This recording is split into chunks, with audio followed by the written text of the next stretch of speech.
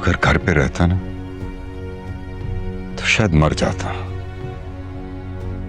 अगर अब वो आंखें खोलेगा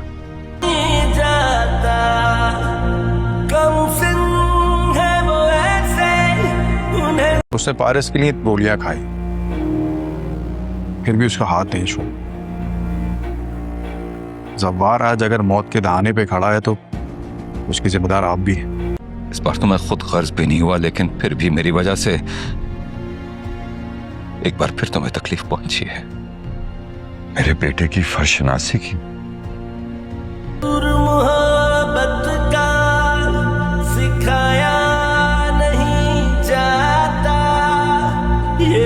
माफ करते मेरे बेटे को।